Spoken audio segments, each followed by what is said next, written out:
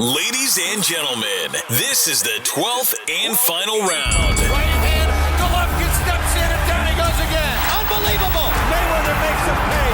What a rookie mistake. A sensational left hook by De La Hoya. It's facts. I'm the best. You know what I mean? Sometimes I don't want to believe it myself, but it's the truth. I'm the best. I'm going to show you how great I am. From Southern California, this is the Last Round Podcast. Episode 109 of the Last Round Podcast. Thanks again for joining us, guys, whether you're on Apple Podcasts, Spotify, Boxing Socials, YouTube, wherever you're at, however you're listening, we appreciate it. This week, coming off of a big heavyweight championship fight, physically and, would you say literally too, with two, 6'4" and 6'6" guys, Anthony Joshua and Kubrat Pulev, over there across the pond here from the United States. This week, we got Mr. CompuBox Jr. Is that an okay nickname? And Dan Canobbio of Inside Boxing Live. How's it going, man? Good, man. I actually prefer the Prince of CompuBox. The Prince of CompuBox. Okay, because I was like, well, technically, I don't want to call him Mr. CompuBox because his dad... He'd be offended. I don't know if you guys are familiar with Brendan Haywood. He used to play for North Carolina. Had a 10-year NBA career as well. He gave me that nickname. I worked with him at CBS. He said, "You're the Prince of CompuBox." So I've kind of run with that. So yeah, we'll stick with that. Then we'll stick with that for future episodes and future content, of course. But before we kind of jump right into this past week and then this week coming up in the world of boxing, how you been? How's the quarantine going over there in the state of New York? Oh, it's going good. We got some vaccine news today. That was great to see. Boxing, I feel like is like in a great run right now. Got good fights, but personally, I just moved to Astoria, so I'm getting used to the new apartment. I got a fireplace now. That's a real fire. If you guys can't see that, but it's the same old. Just trying to get through the year, get through the boxing schedule. This past weekend was 11 hours plus of boxing, so that was great. That definitely helps. Get the hours going. There's good boxing on, and this weekend too. We're gonna have starting on Wednesday. Seems like. All the way through the weekend, going to be great. So, first of all, thanks again for having me on the show as well, too. I love the show. We appreciate it. Thanks for listening. We're also big fans of your show. Mike definitely likes your mean tweets. So you got to bring those back when you get a chance. It's been hard to get that going because that's kind of like an in-person thing. Right. I almost had it going with Fury, but his fight obviously fell through. And I was talking to Evan Korn at Top Rank, and I said, "You got to get me Fury. I only need 5 minutes." When he does his virtual media day, I'll send you the tweets. He reads them, boom, bang. But I've been doing these weekend recaps now every Monday. Fastest 2 minutes in boxing. Go check it out on my Twitter page, Dan Canobbio. So that's been kind of filling the void for me in terms of like original content. Yeah, man, keep pushing it out. We're fans over here at the Last Round, absolutely. So obviously, like you mentioned, this past weekend we had several hours of boxing to the point where maybe it was kind of tiresome, but as hardcore fans, I don't think we're ever that. I don't think we can ever get that tired of so much boxing, especially during a pandemic. This past Saturday, the 12th of December, from the Wembley Arena in London on DAZN here in the United States and Sky Sports pay-per-view in the UK, Anthony Joshua gets the ninth round knockout over Kubrat Pulev and retains his WBA, IBF, WBO, and IBO heavyweight titles. All right, Dan, what'd you think about this fight? Man, I had really angered a lot of Anthony Joshua fans with some simple numbers, some simple tweets. I put out the punch stats like I do every week. I don't put anything underneath them. I just simply put the numbers out, and it's up to you to kind of react to them. And what we've noticed at CompuBox, not just me, Lee Groves, our researcher, he's noticed that over Anthony Joshua's 5 fights since Klitschko, he has completely transformed the type of fighter that he is. He's no longer a seek and destroy guy, and a lot of that has to do with the level of opposition. And a lot of that has to do with the fact that Joshua, I think, is a little wary of his chin. So now Joshua is jabbing more than ever. He threw 73% of his punches against Ruiz in the rematch were jabs. This fight against Pulev, it was 63%, but it's more of like an overall trend we're seeing with Joshua where he's throwing more jabs than power shots. He's more of a boxer than a brawler, and I think we saw that on Saturday against Pulev, but it was a little more measured, and I thought it was a little more balanced. Yes, he still threw 63% of his punches were power shots. He had 2 big rounds, the 3rd round and the 9th round. But outside of those 2 rounds, he only landed 16 power shots in the other 7 rounds. So a little uneven performance, but, we're nitpicking here. But I think that's what you do. You can nitpick the guy that's the face of the sport, the guy that has 3 belts in heavyweight division. I thought his tempo was good. I thought he was jabbing to the body. The uppercuts is, I think, a new wrinkle that we're seeing from his game. Overall, good performance. I wouldn't say it's a great performance. I still think Tyson Fury beats him pretty easily, but you got to be happy if you're Anthony Joshua. All systems go, and picks up another win. Yeah, do you think he's in like a transition of style? Because I thought in this fight he looked like he had more of a like Eastern European Klitschko style with a little bit more head movement than Klitschko normally had. Yeah, I think so, and I'm not criticizing him. Like, if anyone can handle the criticism, it's Anthony Joshua. And the stats that I just told you guys, I said to Joshua himself, and he was absolutely shocked to hear it, or at least he pretended like he was shocked. But he's a fighter that's in between styles, and we see this all the time, and he's mastering it. You have to give him his props for yes, he beat Ruiz in that last fight, and that was only 6 months after the knockout, and that was only 6 months of him adapting to this new style of this 5-year or 3-year transition. But yes, to answer your question, I think he is in between styles right now. He mentioned after the fight, I don't know if you guys caught this, I tweeted it out and not a lot of people saw it. I think it was on the DAZN interview with Gareth Davies, Eddie Hearn, and Joshua. And Joshua said, when are we coming back? And Hearn said, June. 6 months. And Josh was like, 6 months. So no. Anyway, you want to tune up? Yeah, I want to tune up. So that leads me to believe that he wants the rounds. Like, it wouldn't be the worst thing. I know, and there's a lot of politics, and who knows if he can have a tune up. But the guy wants rounds. He hasn't fought in a year. He's changing his styles. He's maturing. He's entering, he's over 30 years old. So yeah, to answer long story short, I do think that he's in between styles, but he's also able to be powerful and accurate as well. Dan, from obviously you've been ringside at many, many fights. What did you think of Pulev kind of falling around the ring, turning his back? Did you think that should have been finished? Yes, I've never seen that before. Turn your back, fight is over. He's a maniac.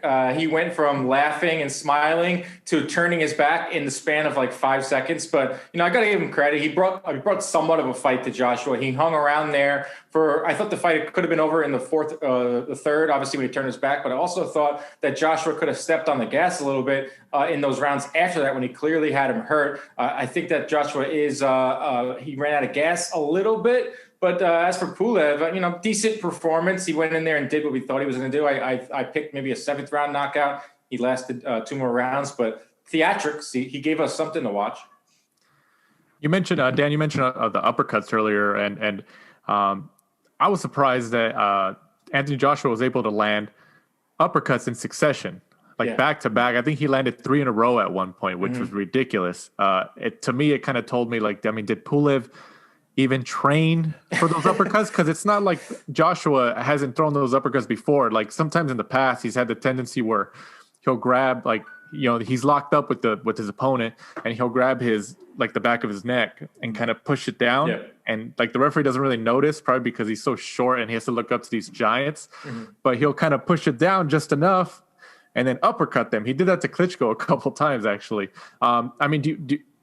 Because of those 3 succession punches, those uppercuts, do you think Pulev, is it possible to say that he maybe didn't train for something like that? Maybe he didn't see it coming. You brought up Joshua doing that a few times, but even on the telecast, it was said by Sergio Mora. He's like, I've never seen a heavyweight or a guy that size throw multiple uppercuts, 3 to 4 uppercuts. And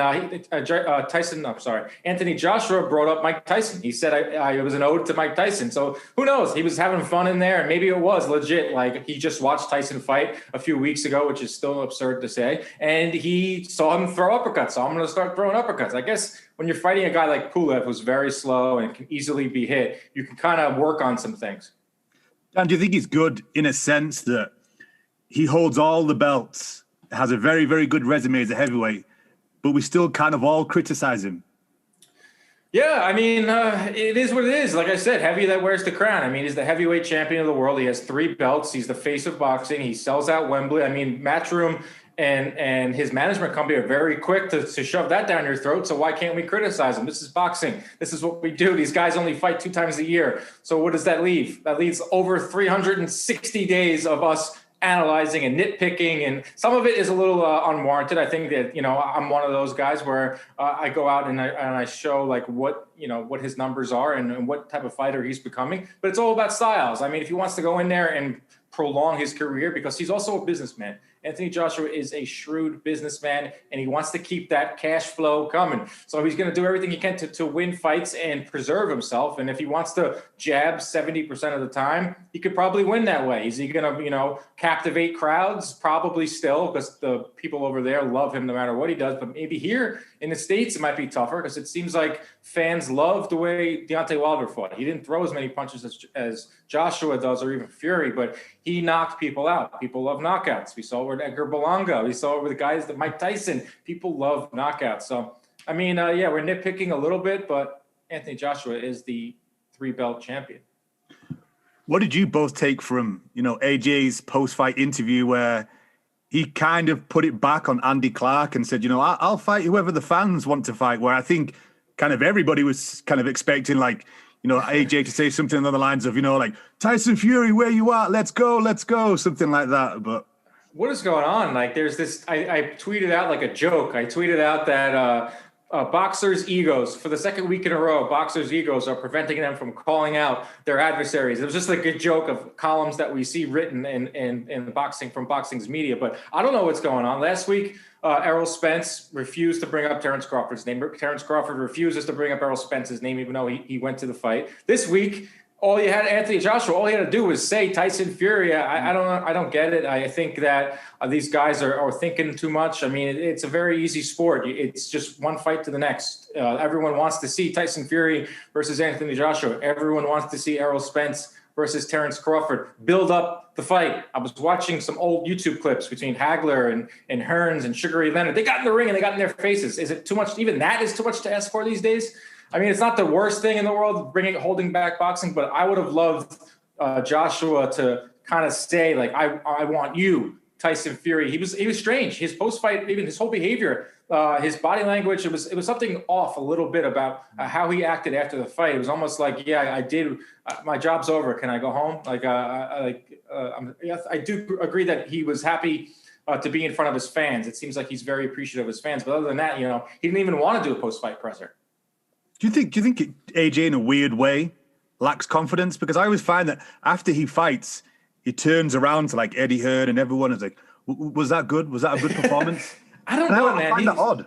Yeah, he's an interesting character, man. I think he enjoys people talking about him. I think he enjoys people picking his brain and his psyche. I think it's a good thing. I think I've also asked him this as well when I interviewed him. I said, what is it like to have the whole country thinking about your every move and thinking about what you're thinking? He goes, it means that there's interest. It means that there's people interested. So it is weird. We're going to always nitpick the guy because he's somewhat of an intellectual. He's got a lot going for him. He's also a heavyweight champion. But, some of it is a little unwarranted, some of it's warranted, but as long as we're discussing him, I think it's good for boxing.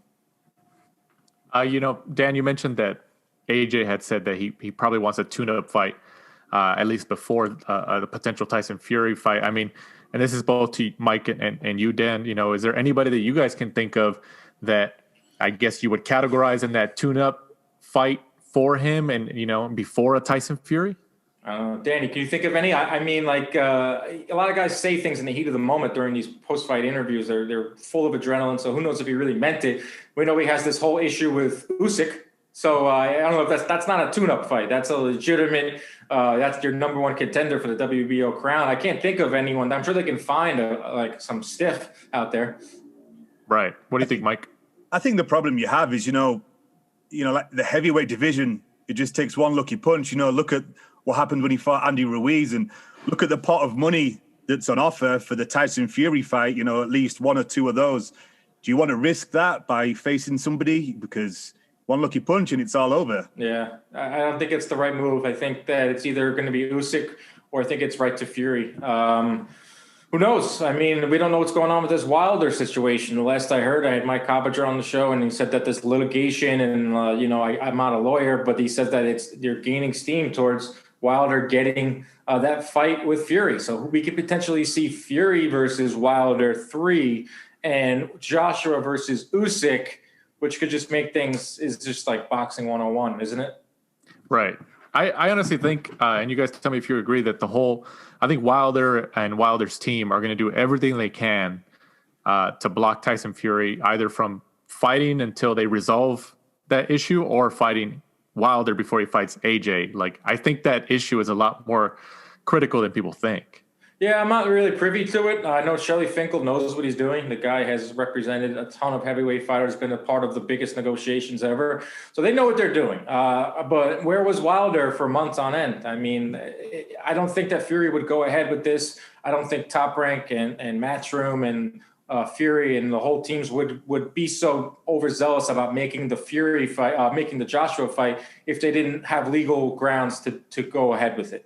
So we don't know exactly what's going on behind those closed doors, but you got to believe that Wilder wants another shot at him. I mean, he put out that ridiculous video, and I thought it was insane, some of the things he said. But also, I was like, all right, at least he's alive. At least he has a pulse. At least he cares. At least he wants to continue his career. So this is good. I mean, the heavyweight division is like vibrant. So, throw in Usyk and Joe Joyce and Daniel Dubois, who I think will be back. Guys like Stephen Shaw and who's fighting on Ring City this upcoming week. There's a lot of good heavyweight names. There's a heavyweight division. And my guy, Otto Wallin, fellow New Yorker, like him a lot too. So the heavyweight division it's fun.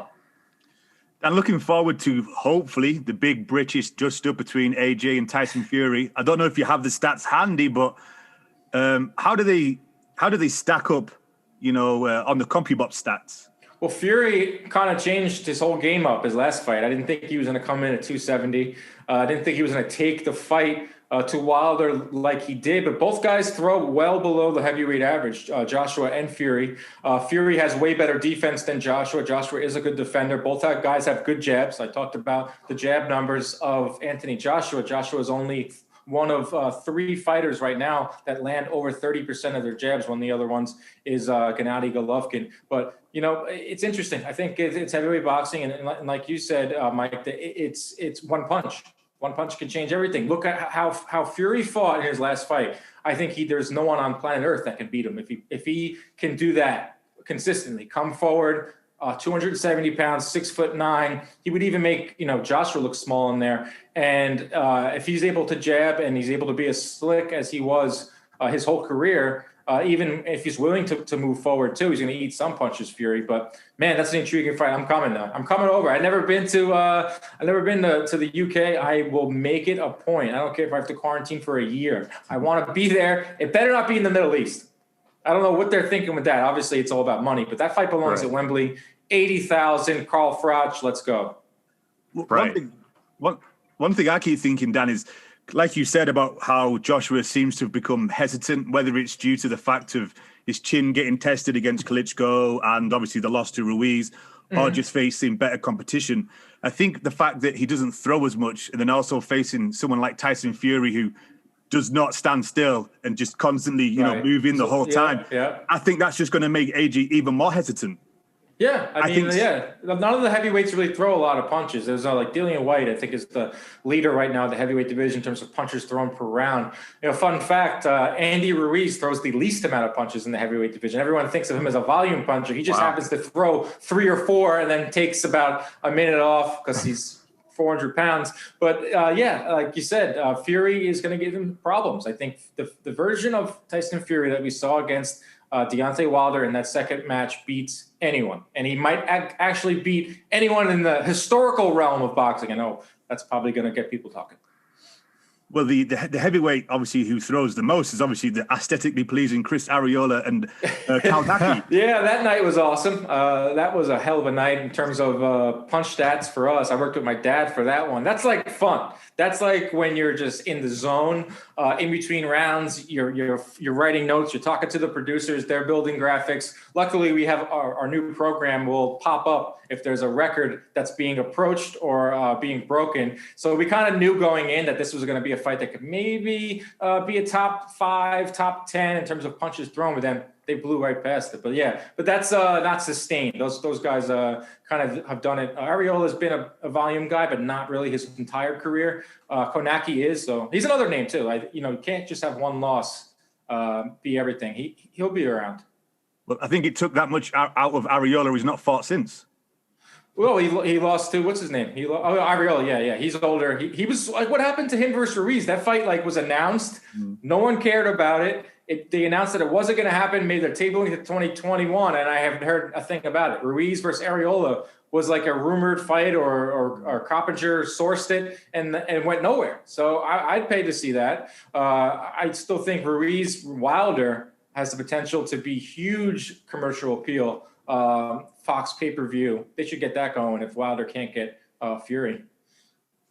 Kind of going back to Usyk, he's now the WBO mandatory for obviously one of the titles that Anthony Joshua has, and people have speculated, or he's already mentioned, I think, through his team, that he wants to be next, or he wants to do everything he can to face Anthony Joshua to get that shot. He doesn't want to take any step aside money, anything like that. Yeah. Assuming that AJ Fury gets made or something like that. I mean, do you see Usyk just waiting? Do you guys just see Usyk waiting in the wings until the winner of that fight kind of materializes, or does he take maybe a Wilder fight or something like that? What about? I mean, this is like there's two ways of doing matchmaking as a fan or someone in the media. What you would love to see, what would make sense, and what we honestly is going to end up happening. In a perfect world, Joe Joyce would fight Alexander Usyk, and the winner of that would be more in line for the WBO crown. WBO has this rule, I don't know if you guys agree with it or not, is if you move up and you were number one, or if you unify at a certain weight and move up, you're the automatic number one. You know what I mean? Joe Joyce has been in the heavyweight division for a while. The guy's 35 years old. I know he only has like 10 or 12 fights, but that's a fight I would like to see. But who knows? I mean, he might get some insane step-aside money. But let me ask you guys this. Does all four belts, I know it sounds great and it's great for marketing. Does it matter with Fury and Joshua if only 3 belts are on the line? Does it really matter? I don't think it matters in terms of, I don't think the purse would be any more or any less.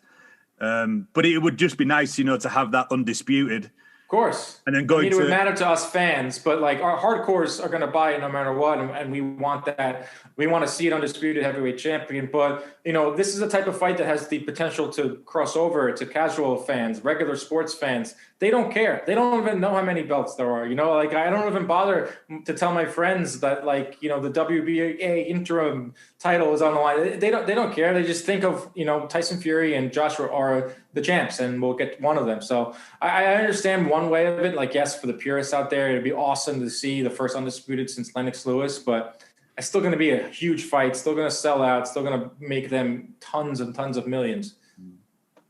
Right. No, I agree in terms of, these belts are, I tell my friends and family the same thing. And, I just say, oh, no, it's a heavyweight championship fight. I'm not going to sit there and give them all the alphabets that's going to be relevant. Well, Brian Kenny does one thing that I like. He like identifies the champ from every weight class in his mind. And that's very subjective, but he says Canelo is the champion at 168. He'll say at 147, it's Errol Spence. So like he'll go through the weight classes and figure out who he thinks is the guy, rather than the guy that maybe only has 1 belt or 2 or 3. So I don't know. Who do you think it is at heavyweight? I know Fury only has 1, Joshua has 3, but who, in your mind, who is the heavyweight champion of the world? Well, I'll tell you who isn't a champion: a man with hairy, smelly balls. That's why our partners at Manscaped have partnered with us here at the last round to make sure you knock out all those hairs below your belt. Manscaped has forever changed the grooming game with their Perfect Package 3.0, which comes with the new and improved Lawnmower Performance Boxer Briefs and a travel bag for you to use when you're done quarantining, and some other liquid formulations like the Crop Preserver and Crop Reviver. The Crop Preserver is an anti-chafing ball deodorant, which ensures that your afternoon stroll doesn't end with your balls sticking to your leg or smelling like eggs. The Crop Reviver is a spray-on toner for your balls. It's made with soothing aloe and witch hazel extracts that will give your testes a boost. Get 20% off and free shipping with the code BRAWL at manscaped.com. That's 20% off with free shipping at manscaped.com. And use code BRAWL, that's BRAWL. It's time to give your testes the absolute besties with Manscaped. Now back to the show. I think it's AJ. Interesting. See, I would go with Tyson, because I think Tyson schools AJ. It's such a good discussion because I think so too. It's interesting. It really is. Yeah, I'm just kind of going up more off a resume. Like Fury did fight Wilder twice, and I mean, technically, if you want to call it, he beat him twice. Even though the first one was a draw, if you want to kind of look at it that way. But then he fought guys like Tom Schwartz and Otto Wallin. I'm not bagging on Otto Wallin because I know Dan's a huge fan over there. No, Otto Wallin turned out to be a good win, but AJ has a way better resume than Fury. There's no doubt about it. Maybe Fury's is a little more top heavy with those 2 wins or 1 win over Wilder in the draw. But there's no doubt that Joshua beat Klitschko way more spectacularly than what Fury did with him for those 12 rounds. That was probably the least memorable big fight of all time. But it's interesting, man. The heavyweight division is alive and well. I guess I would look at it more as like maybe like a 1A and like a 1B.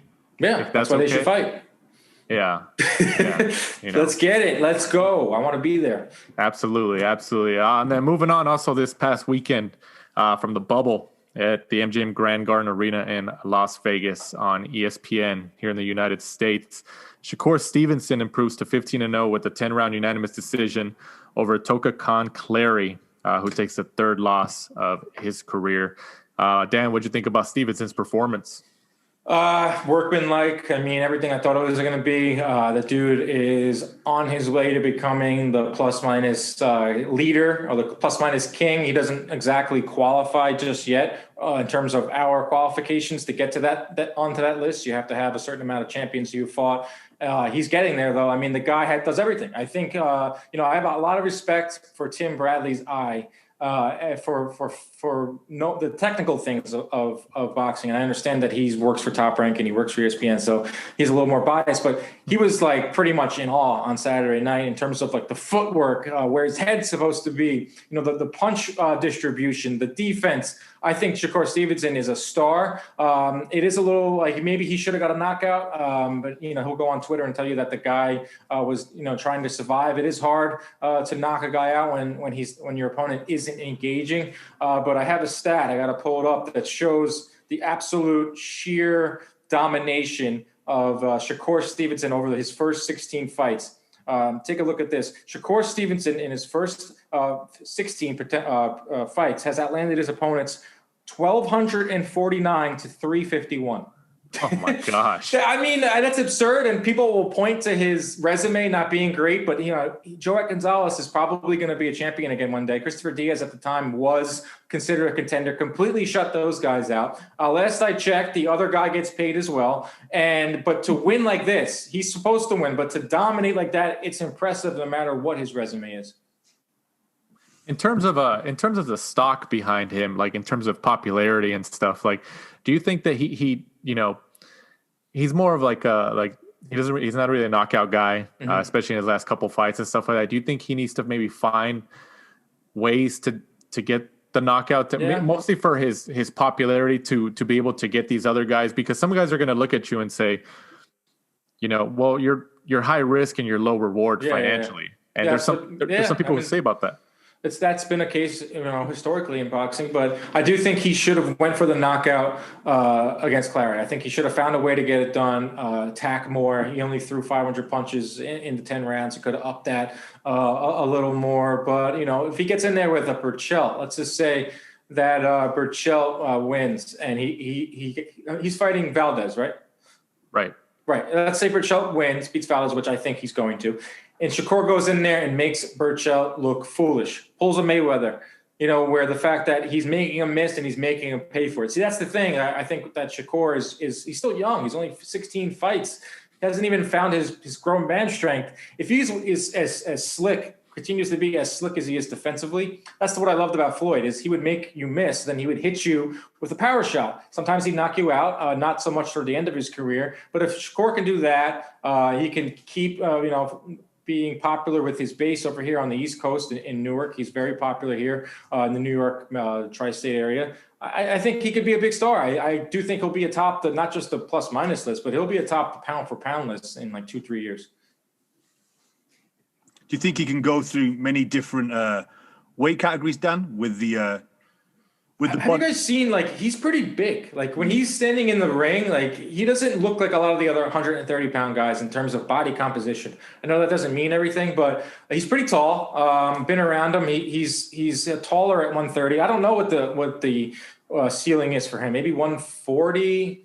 Maybe after 147 would be maybe pushing it, but he's not like broad, but he's a big dude. Like, he could probably get up to 140, 147, but that's really it. But then, that's what it's all about is climbing the ranks. He's already done it at featherweight. Now he's at 130. I expect him to go to 135 shortly after this. And who knows? He could be fighting, Teofimo Lopez at 140 one day. That'd be huge. Ideally, for his next fight, obviously at 130, who would you guys like to see? Who do you feel would be, an ideal opponent for him next? Are we going by what, like, the most realistic or what we want to see as fans? Let's do both.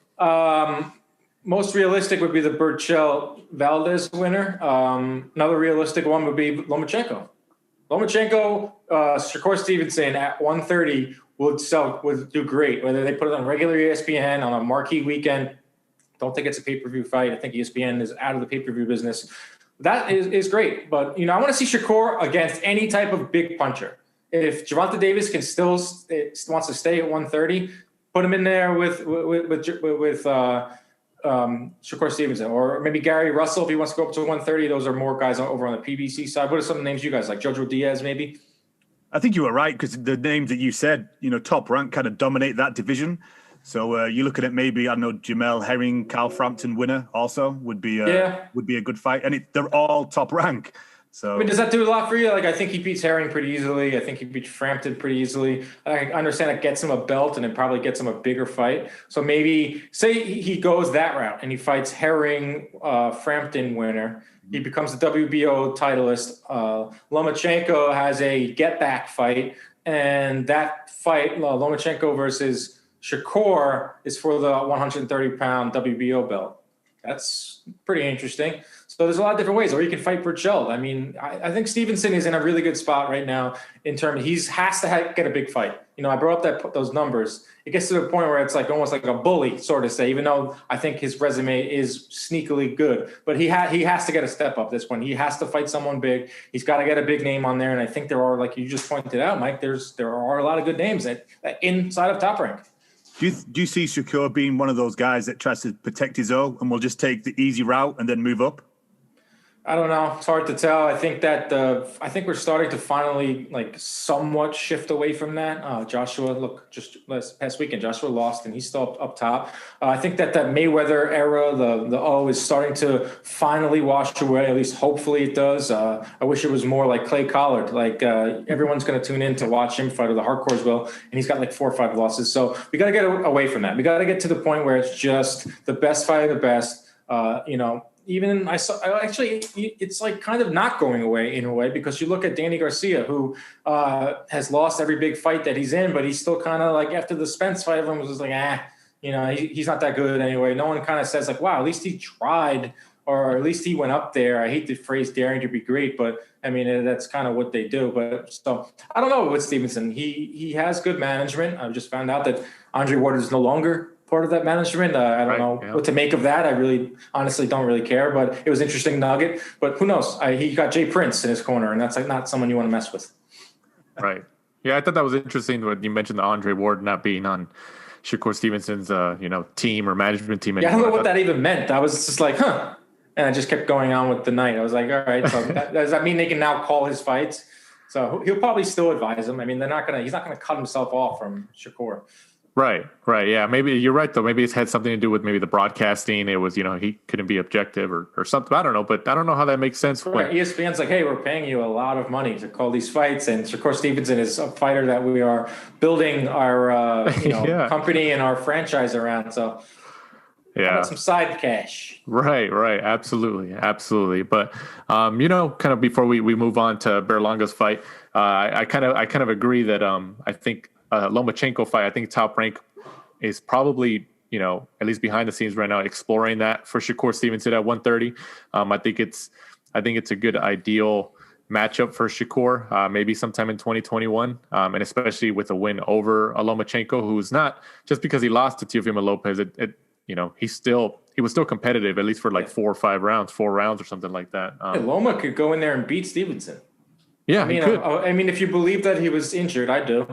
His shoulder. Who knows the severity of it? But it would explain why he chose not to fight for the first 7 rounds. But Lomachenko, would you be shocked if Lomachenko went in there and beat Shakur Stevenson? I wouldn't. No, I wouldn't. He's washed up. He was never good, Dan. Come on. Well, now you sound like every the guys on Twitter that I deal with on a daily basis. Some guy yesterday told me that Edgar Berlanga should fight Teofimo Lopez at Madison Square Garden. Geez. It's great getting new followers, but then you got some people that are just like casuals that are just like, whoa, come on, guy, what are you talking about? Mike is a part of that group. No. Look, Lomachenko was exposed. Come on, guy. No, exposed. That's one of my favorite words in boxing. Exposed. Just like Teofimo was exposed against Nakatani when it turns out that Nakatani is a good fighter. Right. If that doesn't fit the narrative, then we just ignore that. Exactly. Exactly. There's a lot of narratives in this sport. Moving on to somebody you just interviewed, I believe last week, Dan.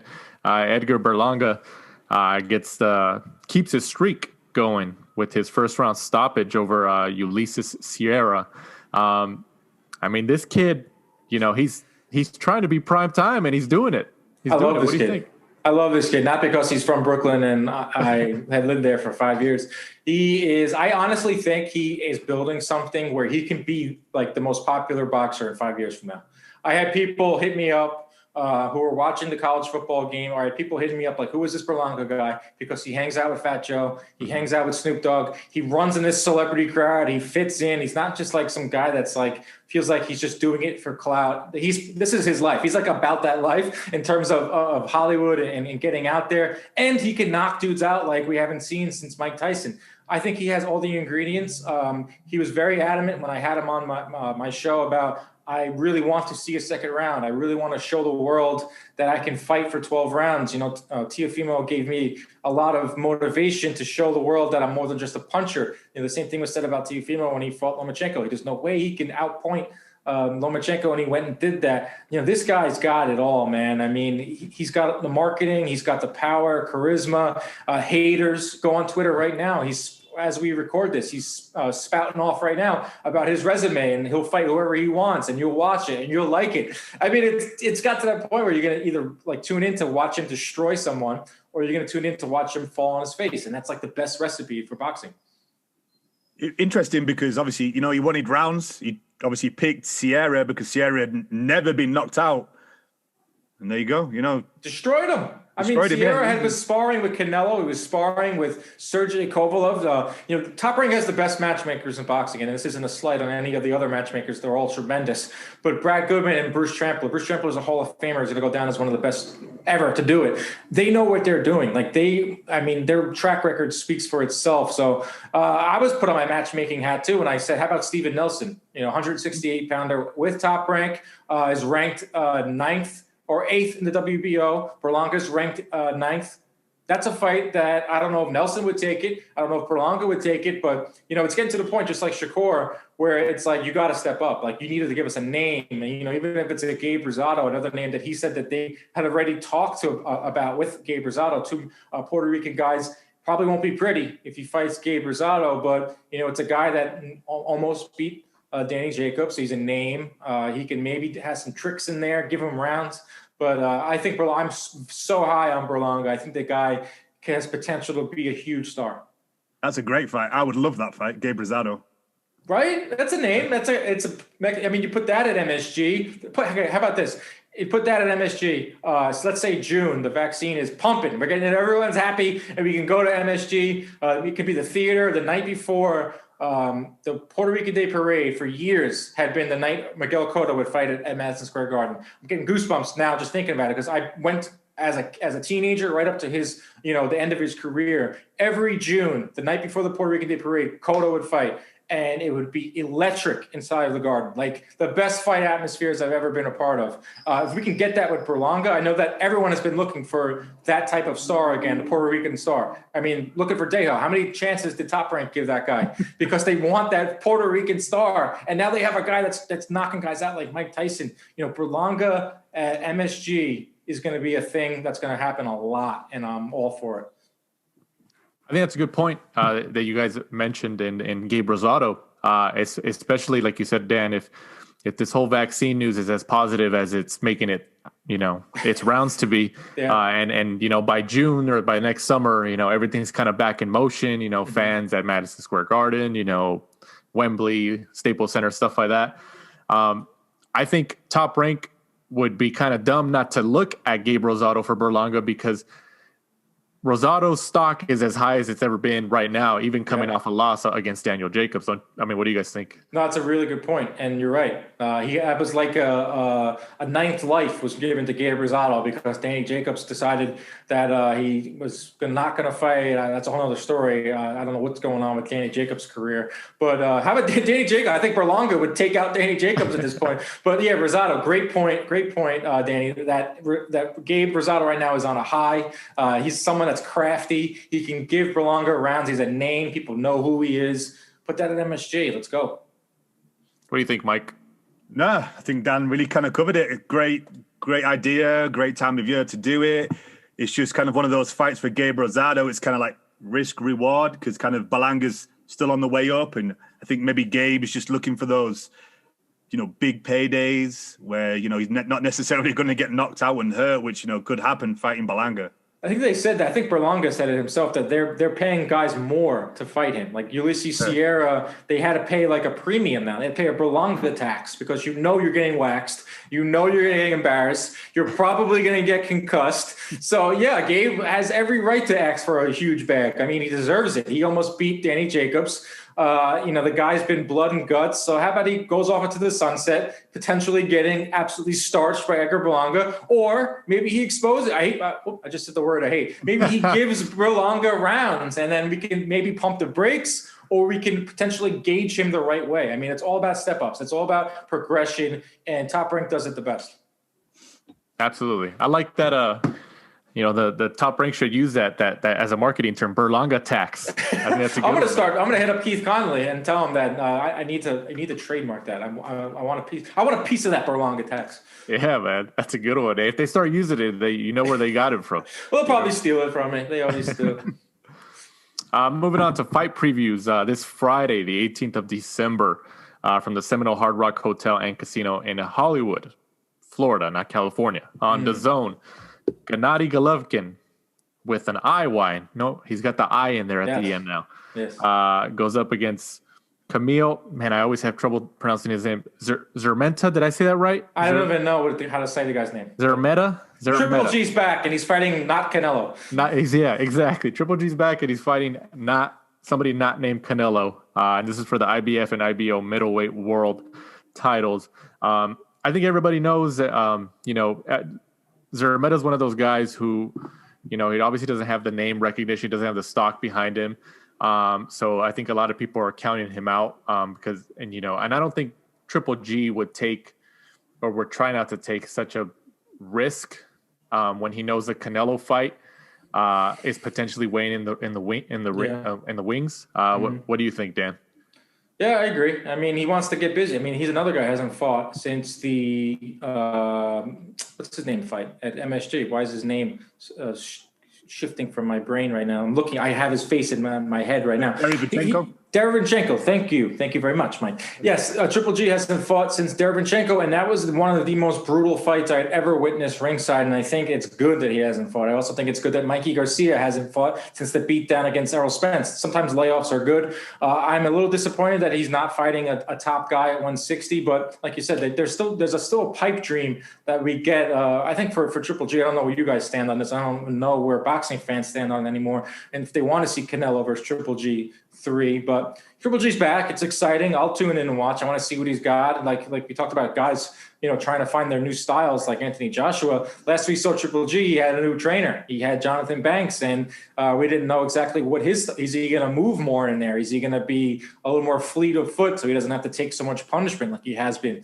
It's interesting. I'll always tune in. Obviously, I have to because I'll count the punches, but I will always tune in to watch the big names. I want to see Triple G fight. I want to see what he says afterwards. He's intriguing. He's a legend of the sport.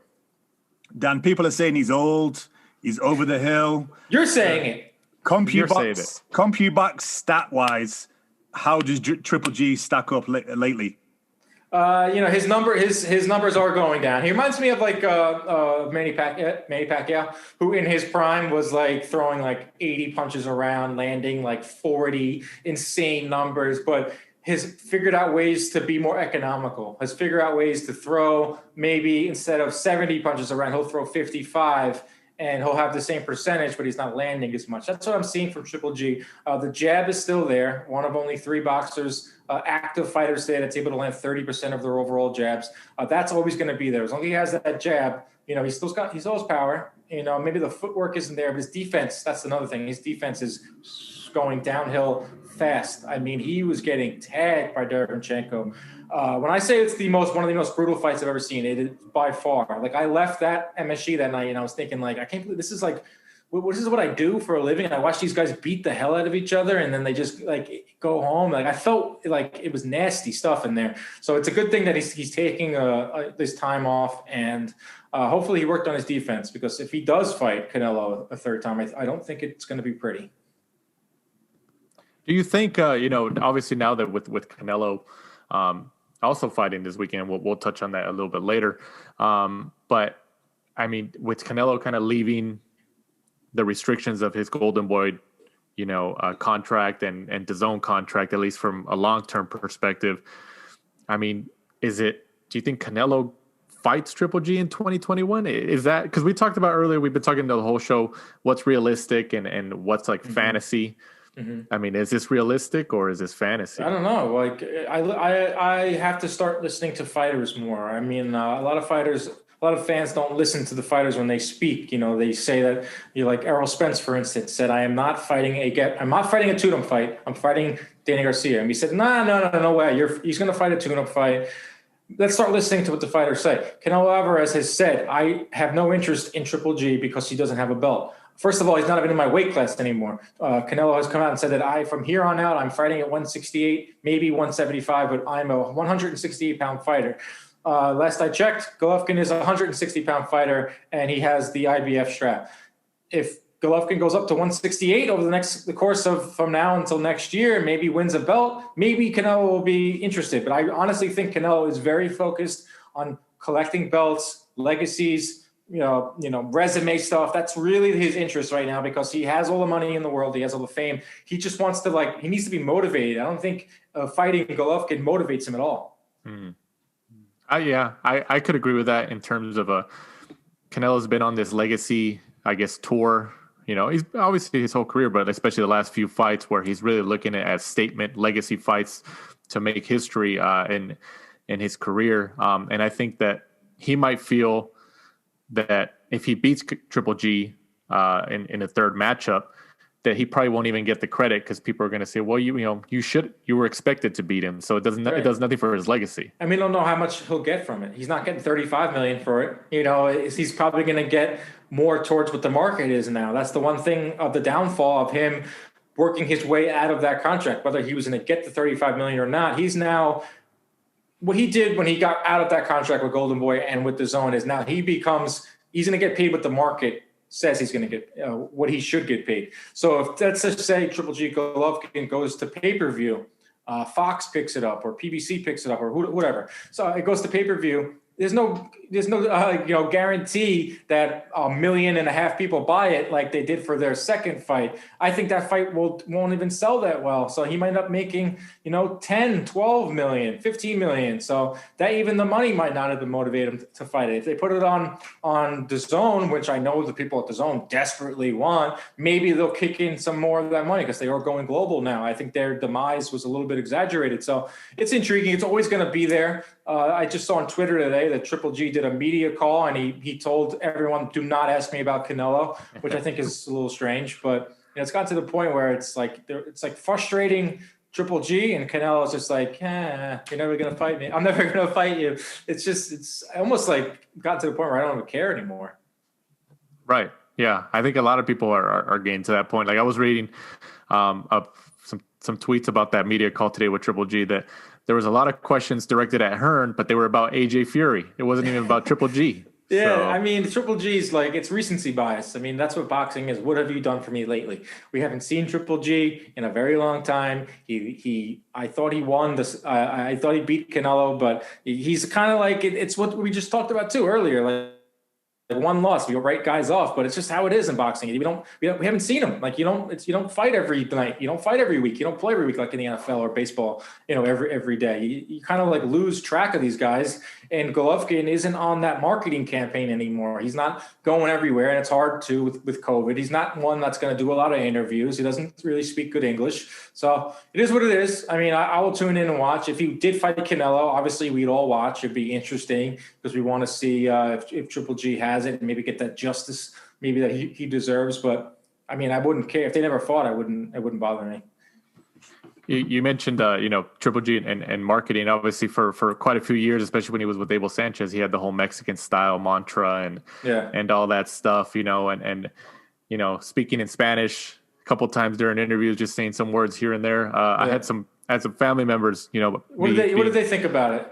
Well, I had some family members kind of mentioned because me being Mexican American, I had some family members tell me like, "Hey, man, like how come he's not using the whole Mexican style thing anymore, and he's not really, kind of going. He's been doing that for so long." And I was like, "Oh, I don't know." I was like, ever since he left his old trainer Abel Sanchez, and then I had some people tell me like, "Oh man, he just used us and now he threw us away." Like, I would be upset too. I mean, boxing is like has these racial undertones. It always will. It goes back to the 1800s. It always will have that. It's always like when I have like a friend over who doesn't really watch boxing and they say, "Man, he fights like a Mexican." And they're like, "What the heck?" They're like, "How can they say that?" But they don't understand that that's like a compliment. That means like you're a blood and guts warrior. The same thing with like Irish, man.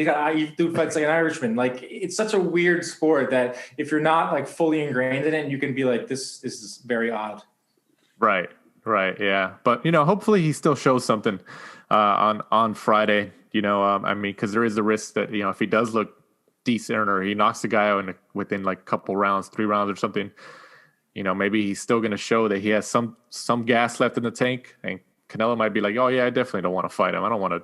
Who knows? I mean, that's one thing is like with COVID and it's changed every aspect of life. Maybe it's changed a lot of somehow these fighters. I mean, they can't play around. Like nothing's guaranteed anymore. Nothing is set in stone. So you got to go out there and get back into the people's minds, get back into and be a knockout fighter. So they're going to want to have to pay you. Like, it's not easy for fans to pay for all these fights and everything. So, there's a lot of competition out there in terms of entertainment dollars and just attention in general. Right. Absolutely.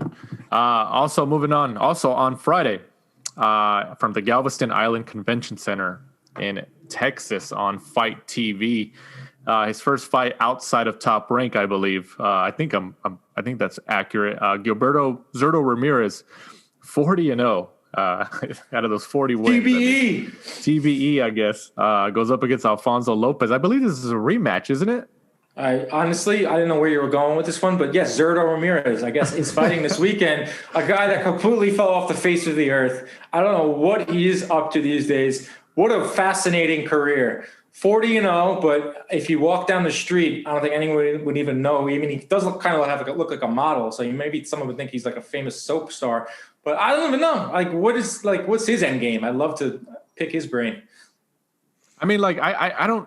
I mean, I think he obviously knows that he was getting a ton of criticism when he was fighting under the Top Rank banner for the opposition that he was fighting.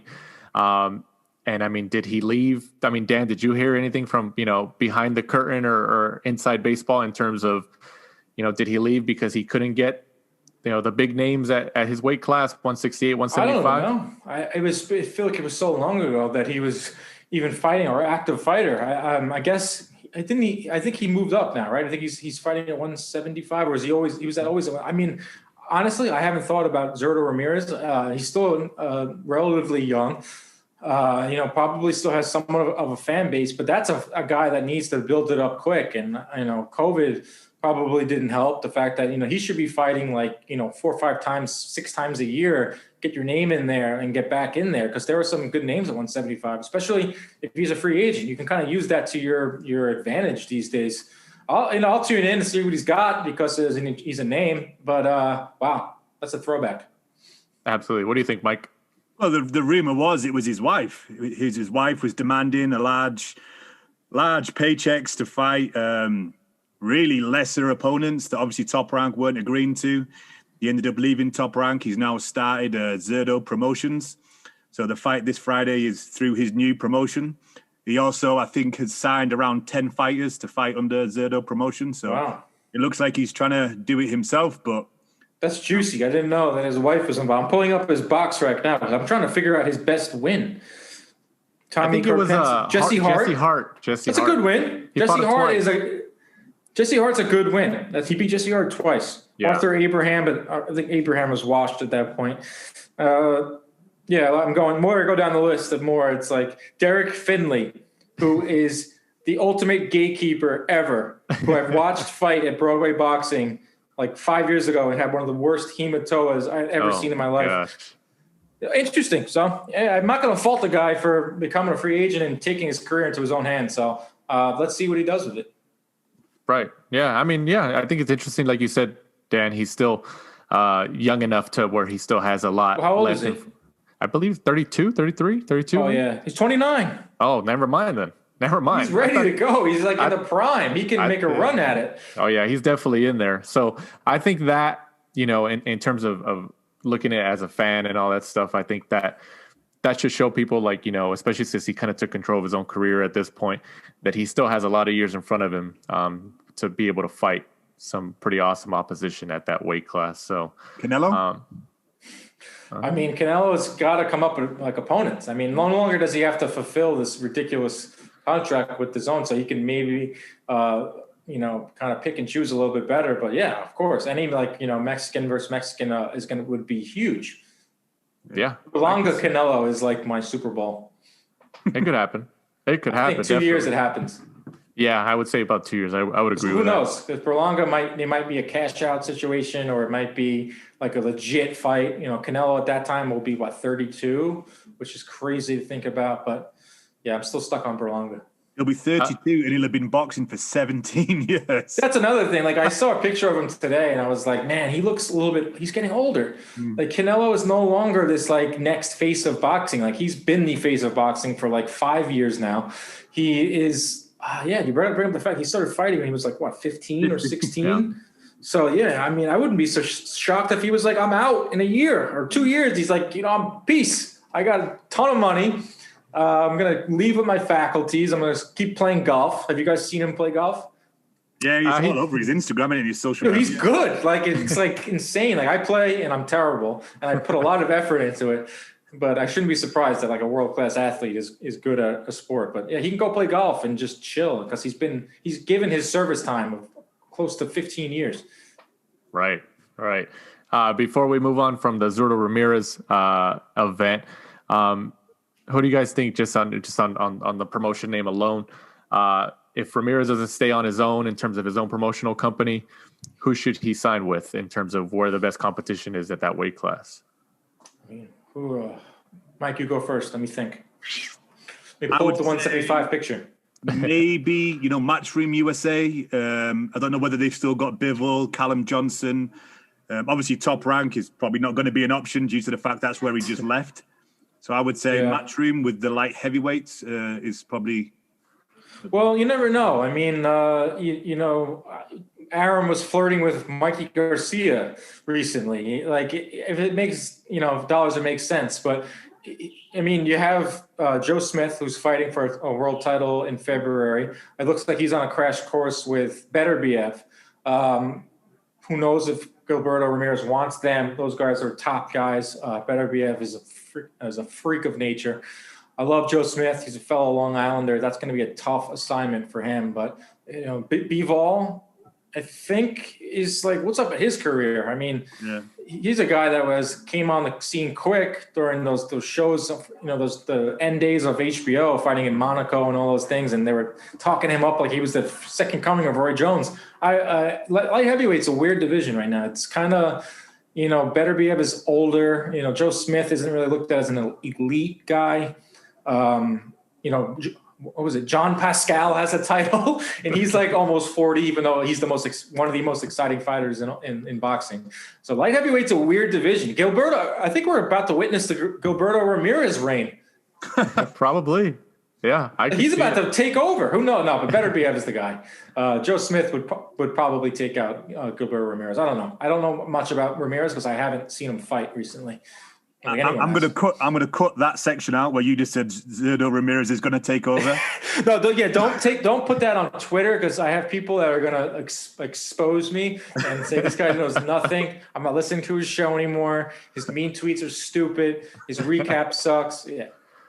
Hey, like you said earlier, well, we talked about earlier, when you have haters like somebody like Berlanga, who you touched on earlier, hey, man, then you're doing something right. Yeah, they're coming out of the woodworks, man. They're coming out from everywhere. But a lot of CompuBox. I mean, you still like CompuBox haters. I'm not used to people that don't like me personally, so it's weird. Yeah, it's always going to happen, man. Yeah. Moving on, this Saturday, the 19th of December, the next day following the Triple G matchup against Zermeta, Saul Canelo Alvarez goes up against Callum Smith for the WBA super middleweight world title and also the Ring Magazine. Yeah, Dougie Fisher would be happy to hear that you guys said that. Right. Oh, yeah. Dougie's a reoccurring guest here. I love Dougie. I see he comes on your show all the time. He's the best. Dougie's like OG, like that dude of boxing. Yeah, he's definitely an encyclopedia in the sport. Love him. I think kind of repeating the notion that we were mentioning earlier about this whole legacy thing with Canelo. He's really doing it. Whether you want to agree that Callum Smith is at the same level or close to the level as Canelo or not, we know Canelo's the favorite here, but Canelo's really going for these legacy fights to make history in his career. I mean, you can't fault the guy. I mean, he's the closest thing to someone where you're like, this guy's the real deal. I mean, he's fighting everyone. He's going up to light heavyweight and knocking out Kovalev, even though he's somewhat washed and drunk. He's going through 160. He's going through guys at 168. I'm not going to name Rocky Fielding, but Callum Smith is a legitimate opponent. He has 2 belts. He won the World Boxing Super Series. He literally beat everyone in his division that was there at the time to get to the point where he's at.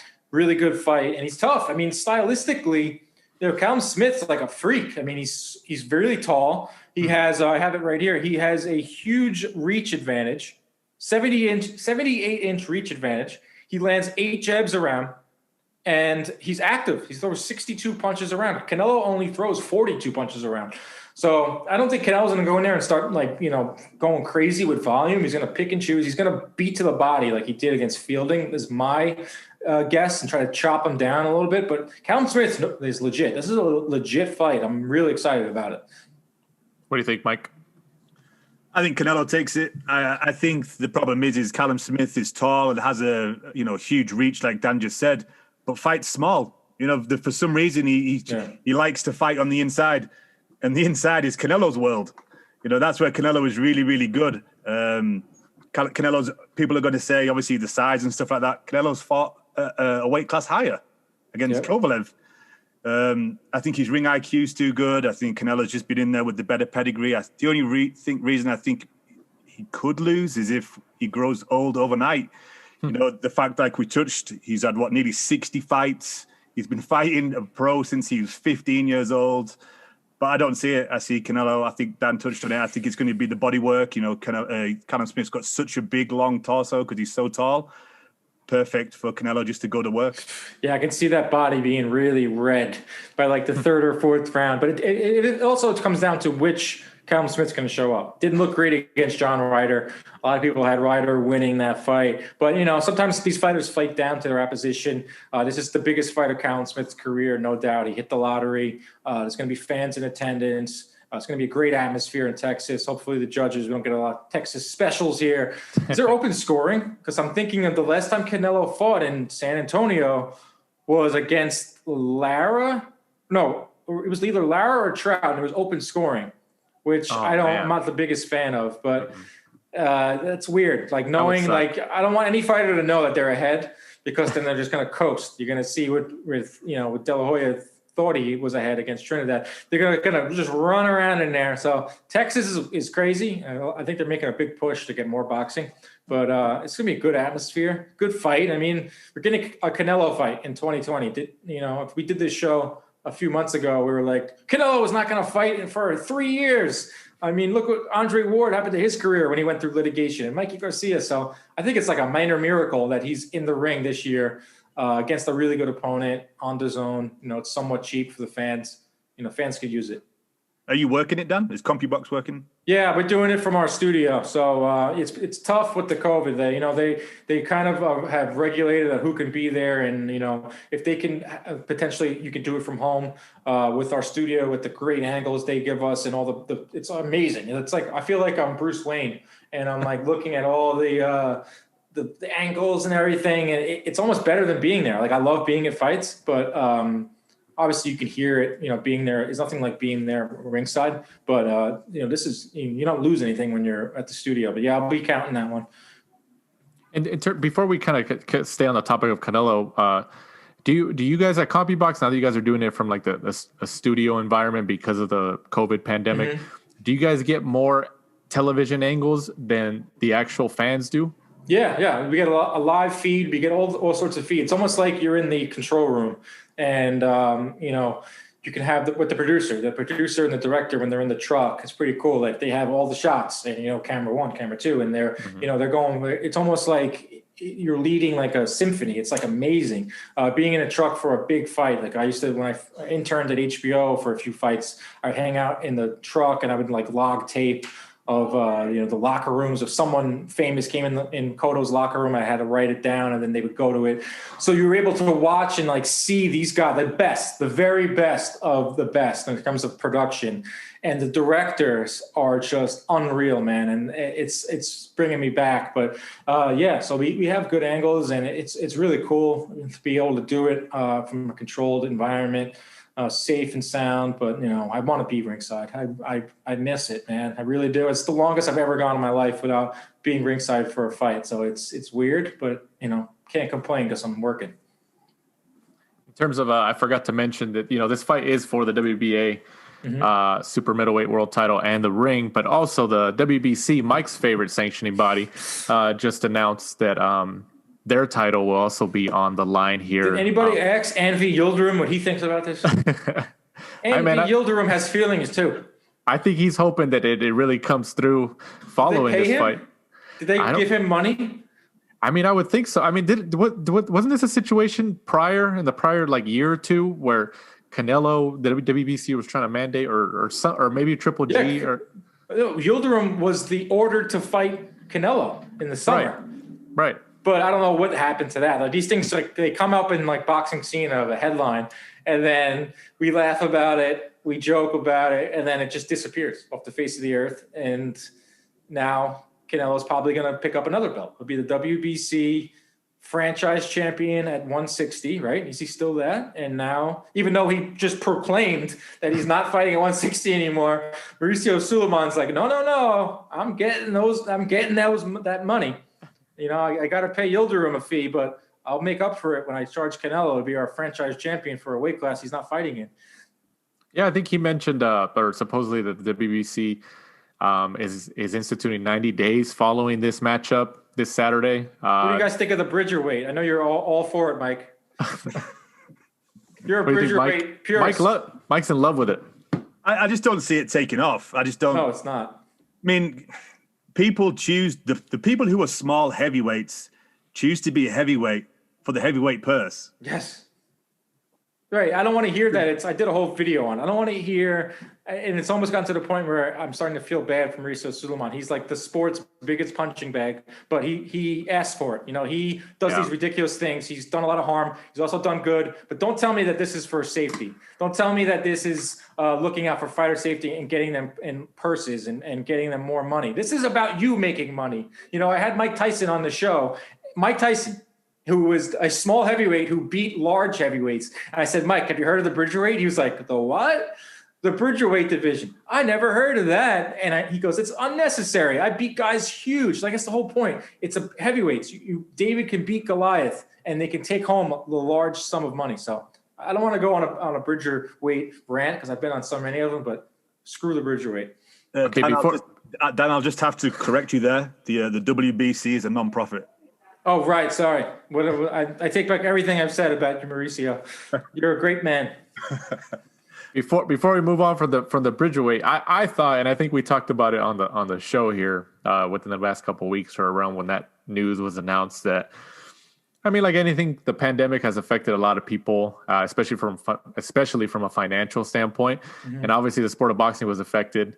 It's still being affected, especially with no live gate. Sanctioning bodies were also affected too. You know, they're not getting these fees. You know, these fights aren't happening.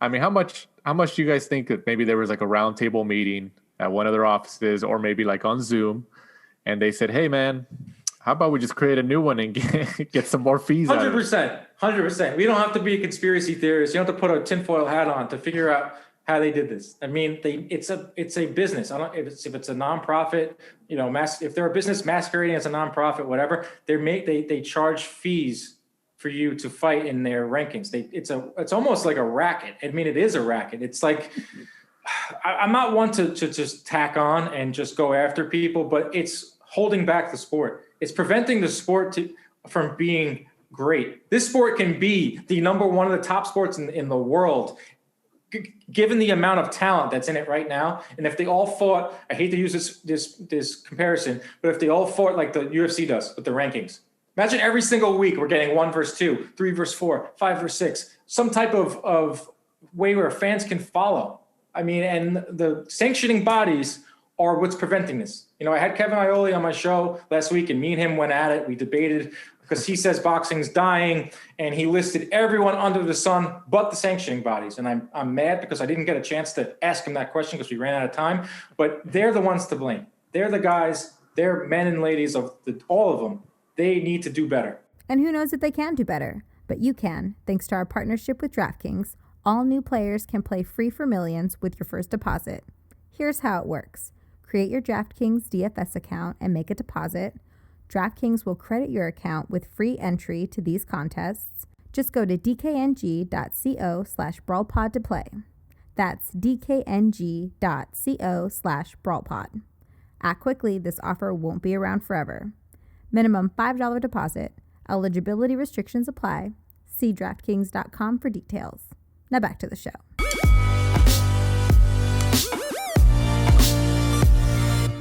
No, I agree. I kind of weirdly understand why we have so many, because I understand that, you know, people want to see belts. You know, as a kid, you know, watching WWE and stuff like that, you know, you get the champions and you see the guys with the belts over the shoulder, and, you know, you watch boxing, and I'm sure it sells slightly more to the casual fan if they think it's, you know, for a heavyweight title, even though there's multiple, 4 or 5 if you include the IBO. But it would be nice to have the UFC model, but, you know, as Dana White said when he's looked at coming into boxing, you know, it's broken. You know, it's not going to work. What's the stat? Something like 16% is what the UFC pays out to the fighters. Yeah, I don't want to give UFC too much credit here. I mean, they're a monopoly, and they treat their fighters poorly. And there's now this class action lawsuit that's coming out, and that's coming forward. That could potentially be a real game changer moving forward. But the only thing I like that the UFC does is they put on good fights, and they have a system, because they were able to start their whole sport 25 years ago, where boxing's been around for 100 years. So that gives more chances for people to put their mitts into it. But, you know, on the other side of things, you know, fighters have benefited from these sanctioning bodies. It gets them titles, it gets them more money. A lot of fighters are okay with paying sanctioning fees. So if you're okay with paying a sanctioning fee, then that so be it. But, you know, I ultimately think it's a net negative, not a net positive. Oh, you know, real quick, Canelo-Callum Smith, who wins and how? Canelo wins, probably, I say, by a decision. I think he wins like a 9-3, 8-4. I don't think he'll be able to take him out fully, but I like Canelo shaking off the ring rust, picking up some more hardware, and then probably playing 18 holes the next day. I think reminiscent of a Kovalev fight, I think towards the end. I think he'll finish him, but with a body shot. Nice. That'd be awesome. I mean, we need that. We need these emphatic KOs highlight reel knockouts to keep the sport in the mainstream. That would be awesome. Yeah, I think Canelo's gonna go for it. I think he's gonna want to try to knock him out with a similar shot like he knocked out his brother in Texas. Yeah, how about that? Taking out brothers. I have a stat I'm going to bust out next week or this week about how Canelo's slaying families now. He's just beating brothers, and it's been done only a handful of times where a fighter has beaten a pair of brothers. So, man, he's been around for a long time. He's beating families now. Yeah, that's definitely just Brits in general. He's taking you guys down. Sorry about that. Yeah, sorry, Mike. Taking you down. Well, Canelo, no, he's not. He's full Mexican guy. He's even though he probably speaks full English, he does, right? He understands it pretty well. It's the same thing with what's his name, Ichiro Suzuki in baseball. Oh yeah, Ichiro Suzuki spoke perfect English, but it's brilliant because he put on this front that he couldn't speak English, so he didn't have to do double media. He didn't have to talk to the Japanese media and the U.S. media. So Canelo's smart. Canelo is a lot smarter than we think. I'm sure his PR team, when he first got over here to the Seattle Mariners, told him like, "Hey man, you should just speak Japanese." You know? He's like, "Do you want to do a half hour or do you want to do an hour of media every game?" It worked out for him, man. It worked out for him. Love Ichiro. Moving on. Everybody's favorite model, I guess you could still call him, Sergio Martinez, is back again. What? I forgot about that. He's fighting in Spain against, okay, let me see if I get this right. Juicy Cavula? I believe that's right. Juicy Couture? Who's he fighting? That's what it sounds like. So, I think everybody knows that Sergio, and you guys tell me if you guys agree or disagree, he's trying to come back for maybe, I think, a Chavez fight just to give him a little bit of a payday and then get out again, and he's done. I wish he would just get out. I mean, he's like in this in-between. We talked about Bridgerweight and we talked about in-between styles. He's in this in-between age where he's not like a exhibition guy and he's too old to be a guy that should be fighting top people. Even Chavez, I think, can hurt him. I think Chavez can hurt him badly because Sergio doesn't have legs anymore. I mean, you don't just magically get your legs back and you're in your mid-40s. I don't want to see him go down. He's one of my favorite fighters. I work closely with Lou DiBella, and that's like Lou DiBella. Him and Lou are tight, and Samson Lefkowitz. I mean, these guys, I like care for or have like an affinity for Sergio Martinez. Don't want to see him fight anymore. I think if he's just doing this to stay healthy and just do an exhibition or pick up a hobby, I really hope he doesn't get in there with even a guy like Chavez Jr., who I think could hurt him. He's ranked 6th by the WBA. All right, I take back any good things I said about the sanctioning bodies. But is that for real? 6th?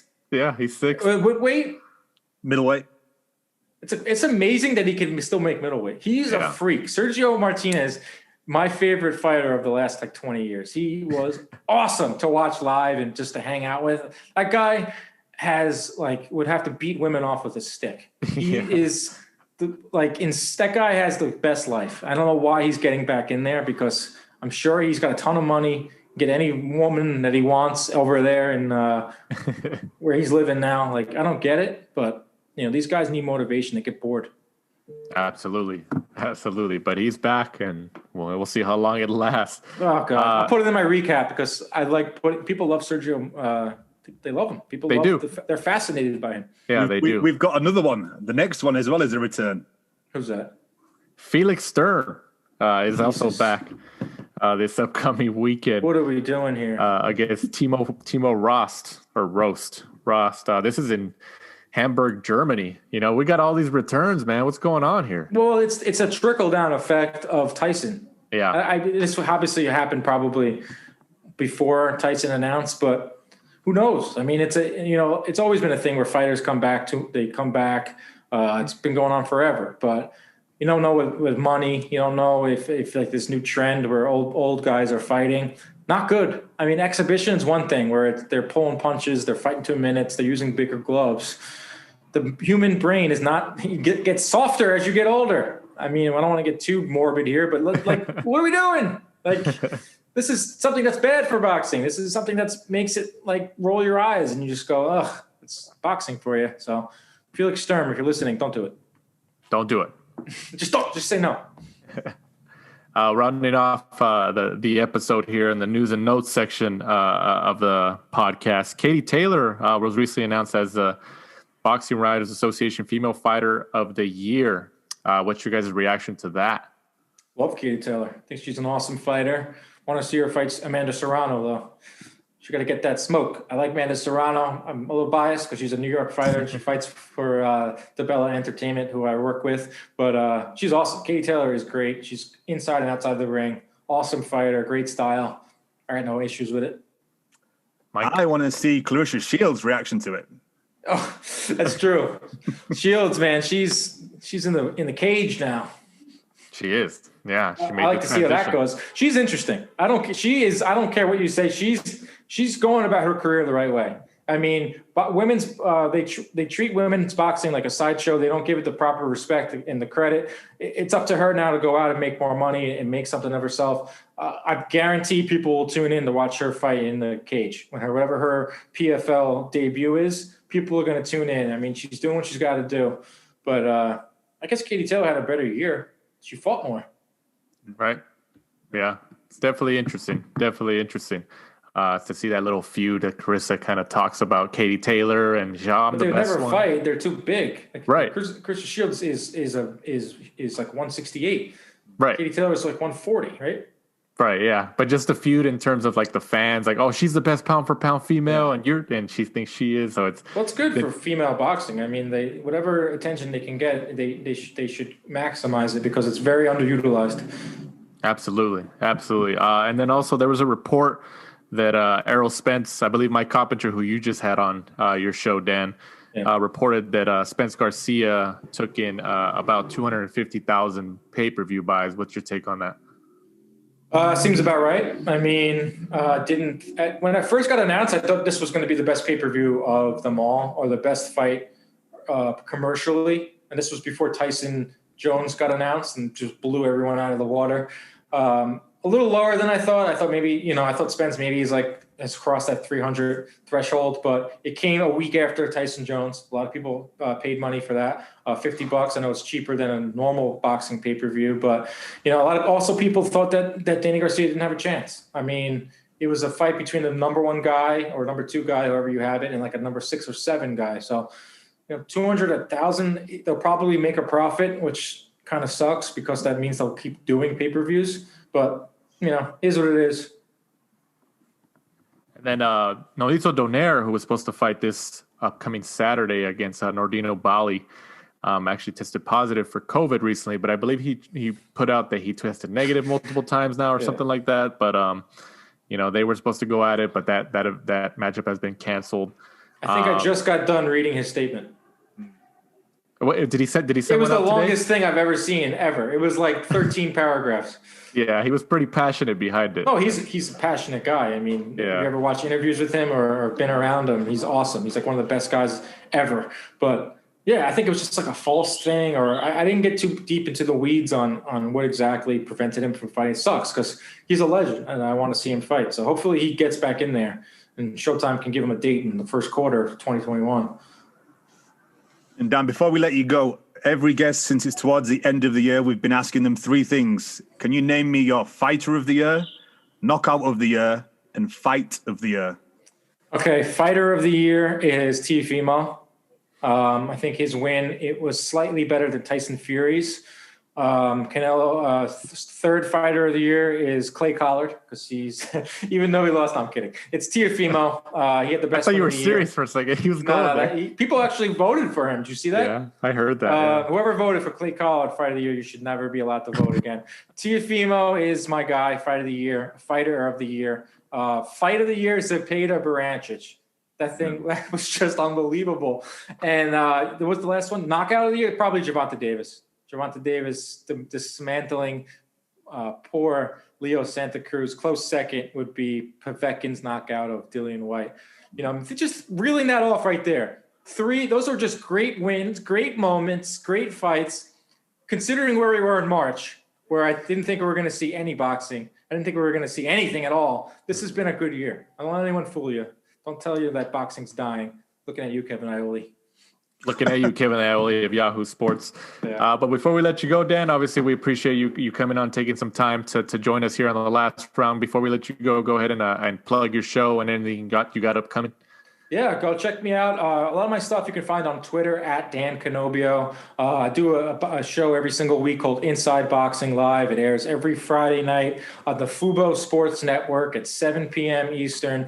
Big names, big guests, different types of content. We're getting into this bare knuckle boxing avenue lately. We're doing stats for them. Could be doing some more work with them. So, mostly on social media. You can find me there. That's where you can find everything. And really appreciate you guys having me on. I love this show. I like to talk. My show's kind of short, 30 minutes, because we have to, gear it towards TV. But I like this. I like this open format where we can just riff and talk. And you guys are awesome. Keep doing your great work.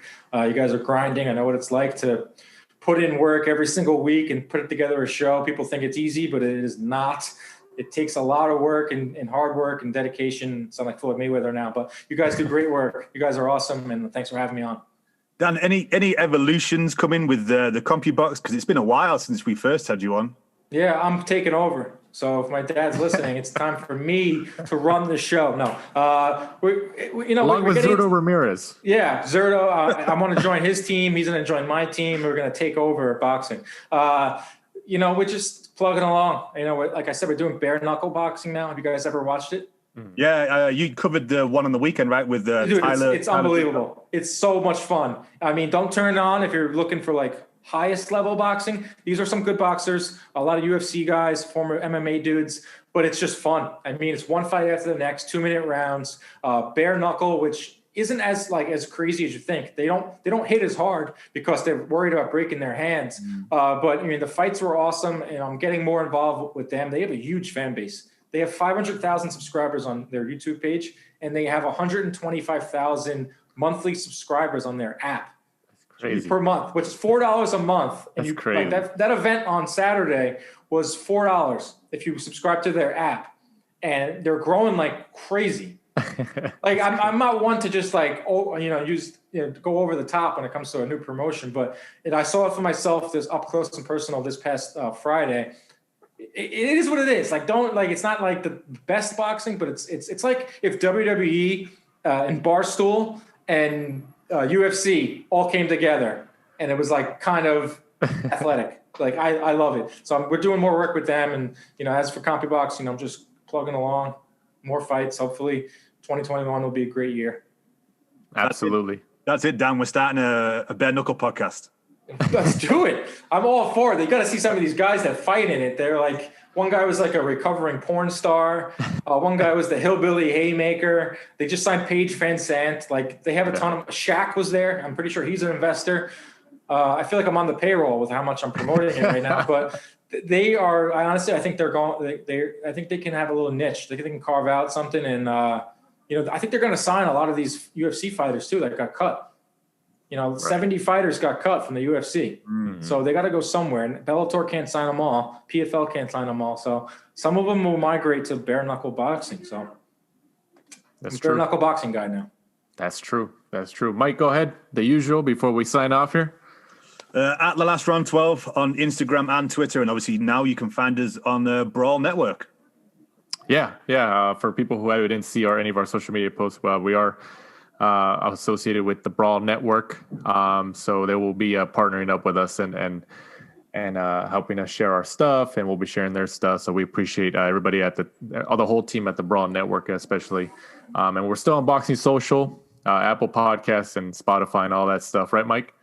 Yeah, still on Boxing Social YouTube page, Brawl Network as well. All good, podcast apps. And if you listen to the show but you don't follow us on Twitter, we've got a competition running on there with the Ring magazine. If you just go on there this week, you can win a chance to win all 5 special edition Mike Tyson, Gatti Ward, Manny Pacquiao, and a few others. Wow, that's cool. Right. And a Fight TV competition, right, Mike? Yeah, also another one for Fight TV for Dan's favorite, Zurdo Ramirez. You can win a code for the pay-per-view this Friday. Absolutely. So for our guest of the weekend, CompuBox Dan Canobbio, for my co-host Michael Shepard, I'm Danny Z. This is the last round. Thanks for supporting and listening to the show. Follow us at The Last Round 12 on social media. Rate, review, and subscribe. This is The Last Round Podcast.